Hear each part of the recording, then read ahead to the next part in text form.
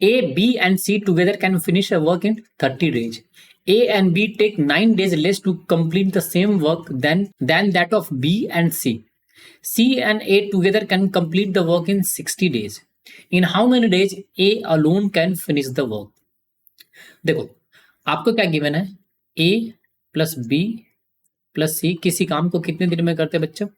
वो करते हैं 30 डेज में। तो जिस तरह से हम वर्क यूनिट को अज्यूम करते हैं, तो वर्क यूनिट या तो आप 30 ले सकते हो, नहीं तो 60 ले सकते हो, नहीं तो 90 ले सकते हो, इसका मल्टीपल में ले लो। तो मैं यहाँ पे इस बार 60 लेके सॉल्व करूंगा। ये क्लियर है?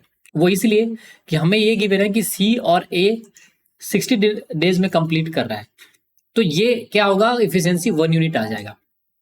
तो मैंने मान लिया कि ए, बी और सी इस काम को कितने दिन में करते हैं? 30 डेज में कितना यूनिट काम करते हैं? 60 यूनिट। तो अगर मैं आपसे पूछूं कि ए प्लस बी प्लस सी का कंबाइंड एफिशिएंसी कितना होगा, तो आप बोलोगे सिंपली 2 यूनिट पर डेज। वो इसलिए आएगा कि 60 अपॉन क्या करोगे आप? 30। ये क्लियर है? नाउ क्वेश्चन में गिवन था फर्दर कि सी प्लस ए टुगेदर इस काम को कितने दिन में कर लेते हैं? 60 डेज में। तो सी प्लस ए की कंबाइंड एफिशिएंसी कितनी हो जाएगी?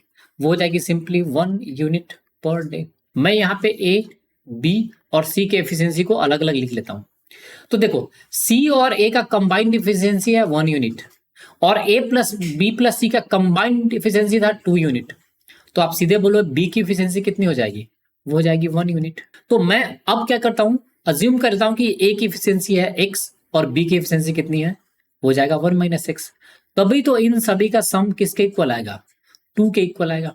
देखो क्वेश्चन में फर्दर क्या कह रहा था कि a प्लस बी को 9 डेज कम लगता है। तो अगर मैं आपसे पूछूं कि a प्लस बी का कंबाइंड एफिशिएंसी कितना होगा, तो आप बोलोगे सिंपली इस दोनों का सम। तो वो क्या हो जाएगा? a प्लस बी का एफिशिएंसी हो जाएगा 1 प्लस एक्स। और b और c का एफिशिएंसी कितना हो जाएगा? अगर मैं b प्लस c के एफिशिएंसी की बात करूं तो इन दोनों का सम, तो वो कितना हो जाएगा? 2 माइनस एक्स। ये क्लियर है?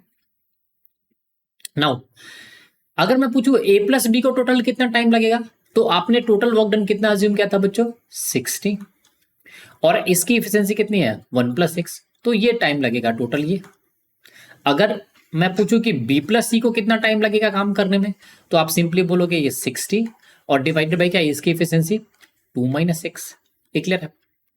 कह रहा है कि ये जो टाइम है वो इस टाइम से कितना कम है? 9 डेज कम है। तो सिंपली आप क्या लिखोगे यहां से? 60 divided by 2 minus X and minus 60 divided by 1 plus X is equal to क्या आ जाएगा? ये आ जाएगा 9। यहां से आप लिख सकते हो 2 minus X minus 1 by 1 plus X is equal to क्या मिलेगा? 9 बाई 60। तो यहां से आएगा ये 3 बाई 20।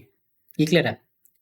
अब देखो यहां पे ये की पॉइंट है, यहां पे आपको थोड़ा सा दिमाग लगाना है। राइट हैंड साइड पे फोकस करो। राइट हैंड साइड पे फोकस करोगे तो ये 3 बाई 4 इंटू 5 है। ये क्लियर है? 20 का फैक्टर क्या होगा? 4 इंटू 5 नहीं तो 2 इंटू 10। ये क्लियर है?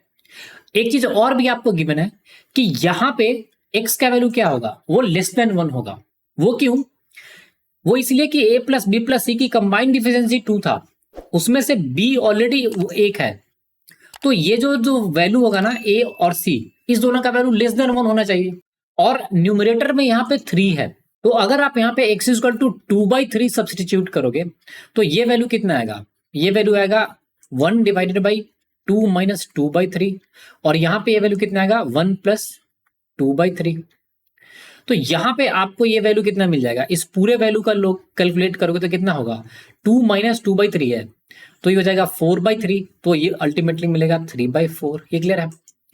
और यहां पे इस वैल्यू को कैलकुलेट करोगे तो ये मिल जाएगा 3/5 और ये किसके इक्वल है? 3/20 के। ये क्लियर है? हमें ऐसा नंबर चूज करना है जिसमें न्यूमरेटर में 3 आ जाना चाहिए, तो फ्रैक्शन में डिवाइडेड बाई 3 होना ही चाहिए डिनोमिनेटर में यहाँ पे। ये क्लियर है? नॉर्मल नंबर कैसा लोगे? 1/3, 2/3, यही तो ऑप्शन है। ये क्लियर है? सिंपल सा ऑप्शन। तो आपको स्टेट ऑफ यहाँ पे x की एफिशिएंसी पता चल गई, वो कितनी है? 2/3 सॉरी। तो पूछ रहा था कि a को अलोन कितना टाइम लगेगा, तो x की एफिशिएंसी आपको मिल गई 2/3। तो a को टोटल टाइम कितना लगेगा? टोटल वर्क डन आपने कितना अज्यूम किया था? 60। तो आप टाइम लगोगे 60 डिवाइडेड बाई 2/3, तो ये सिंपली कितना हो जाएगा? 90 डेज। सो आई होप आपको ये समझ में आ गया होगा। So thanks for watching the video. If you like the video, do subscribe the channel and share the channel with your friends.